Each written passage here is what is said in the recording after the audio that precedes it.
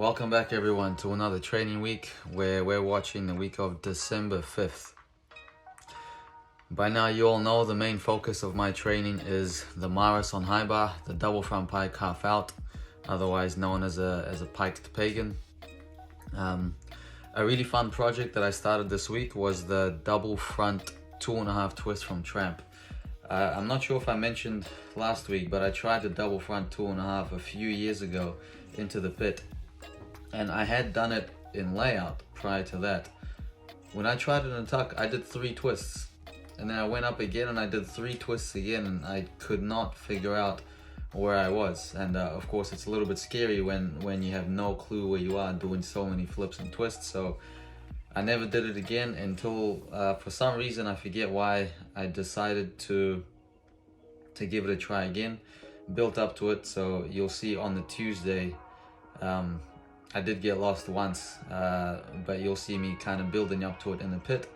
And as you saw over the shorts that I've been posting, I did end up doing it onto the side solidish mat of the trampoline. So I was pretty happy about that.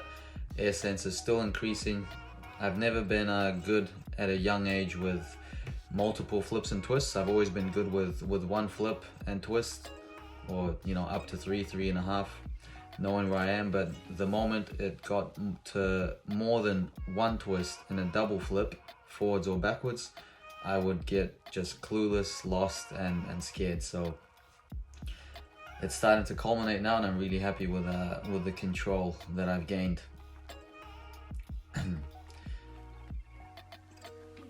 The other point was the extended second halves on high bar, where I've started doing, I think this week was just the last 7 skills, but as you've seen in the shorts, and if you've been watching the live streams, which is something new I decided to try out, thanks to Henru Viljun, who suggested to do a live stream. So thank you, Henru. I think it worked out really well.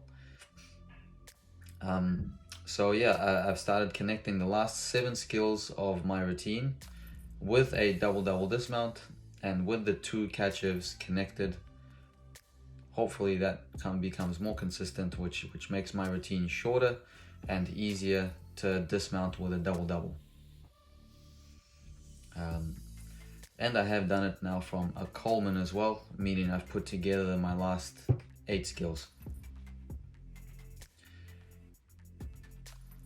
Now the flares are getting wider, so you'll see there, to me those look like real flares. There's a little bit of a lack of extension in the hips. I'm a little bit piked, but when I look at the width of my legs and how far I've come, I'm really happy.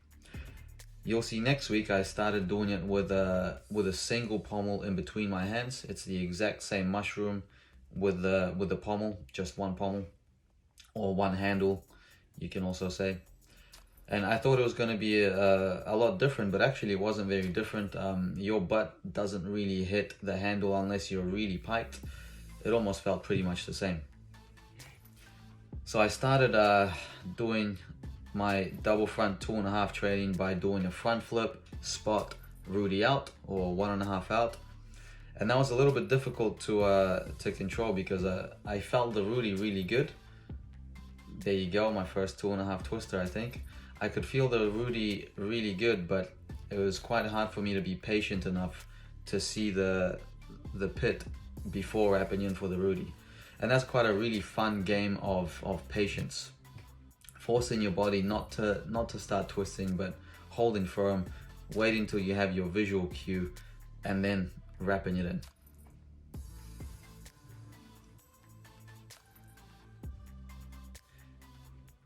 So for those that have seen the live stream yesterday,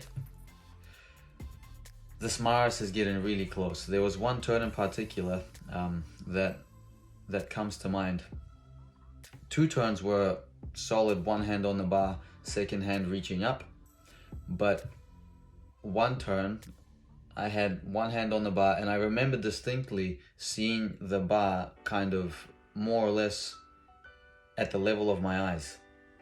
Where usually if I have one hand on the bar, it's all the way up there. This hand is down here, and I can kind of see it if I look up. But yesterday, I think it was the third turn, I had the bar in my hand, the second hand about there, and I was just a tad far.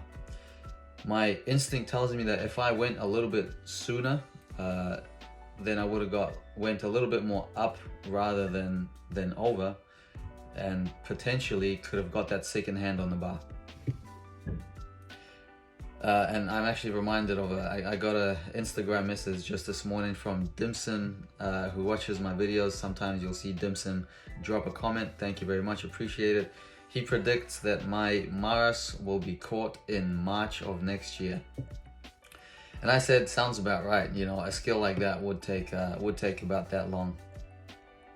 But of course, somewhere deep inside of myself, I want it so bad that I know it's my last chance tomorrow.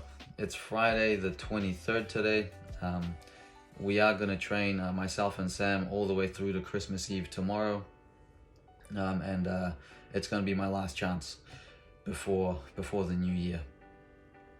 Like I said in the live stream, if I don't catch it, I'm gonna continue training it. I really want the skill caught.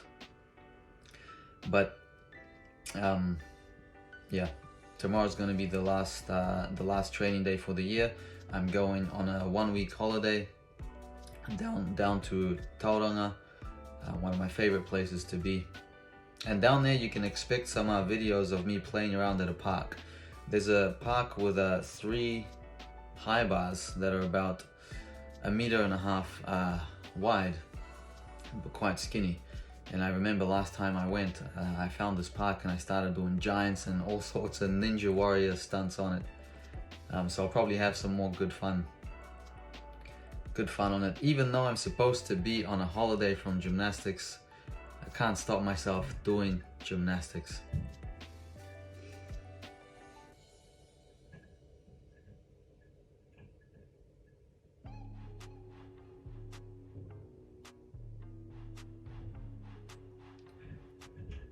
I have begun doing the giant 3/4 Dyatlov more frequently to just get myself to remember how to get over onto that left rail a little bit more so that it can turn into a giant Makuts, otherwise called a Bowman. I did giant Makuts actually, which is worth a F, much sooner than a giant Dyatlov. I always struggled to get that last quarter around for the giant Dyatlov. And when I trained the giant Makuts, those a few years ago, I got to the point where I didn't have to think about going to the left side at all. And sometimes I was actually going over too much. And now since starting the giant Dyatlov, I struggle to get over onto that left post arm. Because with the 360 in the Dyatlov, you don't have to be so much over to the left, or if your right arm is your post arm, you don't have to be so much over to your right.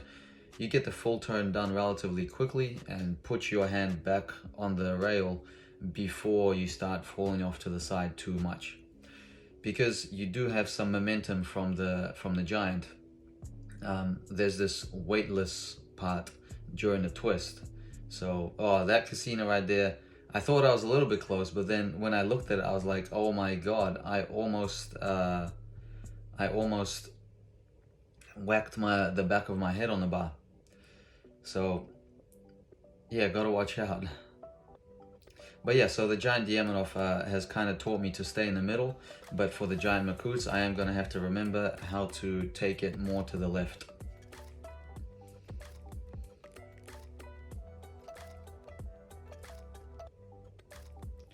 Now coming up next, you're gonna see a little clip of me getting back onto the one handle, and you know, my finger is still sore. It's still painful to put my my middle finger onto that single handle. Not to mention my lack of flexibility, making it really difficult. And you might think I'm kind of joking here, not trying, but I'm actually trying really hard to get support on my right arm. It's always been a struggle for me. I've always circled on leather and on the single pommel with a bent elbow as my body comes into the front. So pretty much I'm doing my pommel horse routine almost in like a half dip position.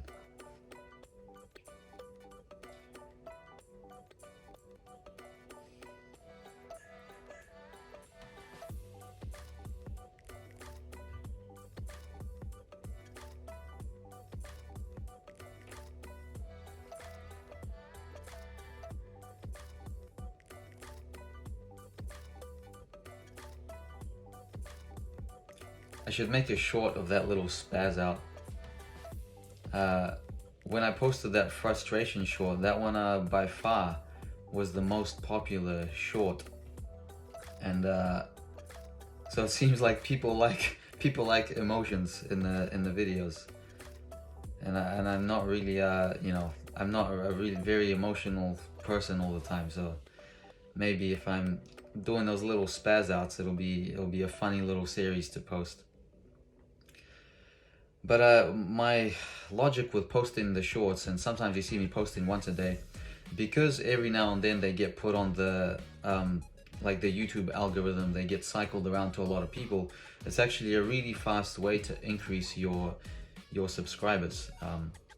So I thought it would be a good way to grow the channel. And subscriptions would be to post more shorts, because people are mostly interested in short form videos these days. But you know, my love has always been to do the long form video, to get the full story, the full picture. And yeah, for now I'm going to continue doing these training weeks as well, and maybe have a plan for these live streams. Now, I did mention yesterday in the live stream that I can no longer catch my Zoli Min like this and then change my hand at the top. Either I'll have to do a whole giant like this and switch the hand after the giant, or, which is what I want to do, just catch with both hands in under grip. So there you have it. Thank you for watching, and until next time.